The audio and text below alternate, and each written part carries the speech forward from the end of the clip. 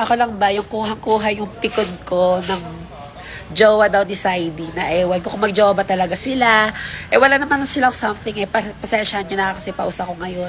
Nagigigil lang talaga ako So ngayon may plano ako bilang isang kontrabida at minsan bida-bida. Kung naaalala nyo to, itong tinapay na to, pinapakain ko talaga to sa mga bagong pasok dito sa Manix house.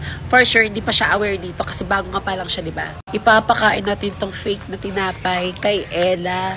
Ayoko nang patagalin to. Tara na, alam ko na excite na rin kayong ipakain to sa kanya. Kaya tara na, be. Ganda naman ni Ella. Alam mo, bagay na bagay talaga kayo ni Sai. Paglaban mo. Paglaban mo. Maniwala ka sa akin, makinig ka sa akin, ipaglaban mo si Saidi. Oo. Hindi naman kayo nag-break, diba? Wala naman nabalita ang nag-break kayo. Ang nangyari, cool off lang, right? Yes, correct. Paglaban mo ha. Pag hindi mo Oo. pinaglaban, lagot ka sa akin. Paglalaban ko yan, meron akong magkasama na nga ulit. Alam mo ba, sa sobrang gustong-gusto kita. Pinag-bake kita ng tinapay. Wow. Pinag-bake kita ng tinapay. So, tikman. Naghirapan ko yan, di mo titikman. Tikman mo. Hindi ka hindi.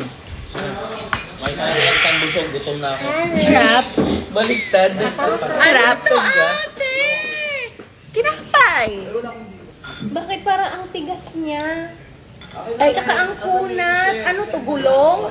hindi to gulong. Display to sa Manix house. Diba? Uto-uto ka rin no? Mukha nga, nalibad-bad na ako sa mukha mo Ano ba to? Anong sasabihin mo? Nakaka-bad trip siya. Diba? Imaw, sabi. Danaya.